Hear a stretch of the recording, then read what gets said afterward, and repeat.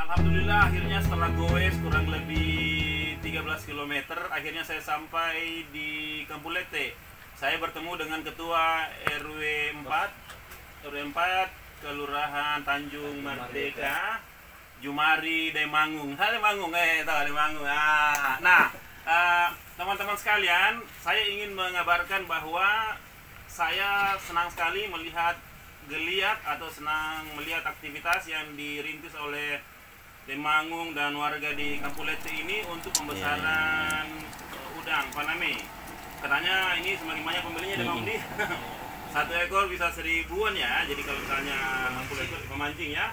Nah itu yang menjadi harapan Demangung dan warga di sini untuk mengembangkan apa yang mereka sebut sebagai pusat kegiatan warga Kampung Lete untuk pengembangan ekonomi wisata dan ekowisata. Jadi coverage kegiatannya luar biasa juga. Jadi bukan hanya udang, mereka juga membesarkan kepitingnya. Di belakang saya ada kotak-kotak kepiting, bakau, dan juga ada Om Asrul yang pegang kamera ini yang mengerjakan kerajinan tangan, handicraft begitu, lampu-lampu hias yang sangat indah. Nanti kita akan tunjukkan juga modelnya seperti apa.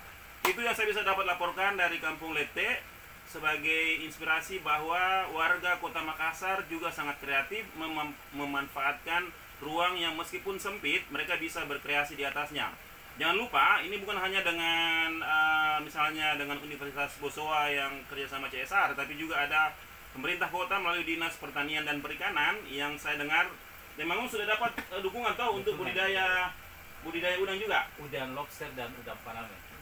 Pembesaran udang Faname dan lobster air tawar. Saya dengar mereka setelah punya kolam ikan ini, kolam pembesaran 6 unit lingkaran itu, sekarang mereka rencanakan untuk bangun 8 di seberang sekretariat ini. Itu yang saya bisa dapat laporkan. Tetap semangat. Demangung salam dong untuk Om Boger ini tidak ada tapi Om Boger mana ki? Salam dari Kampung Lete.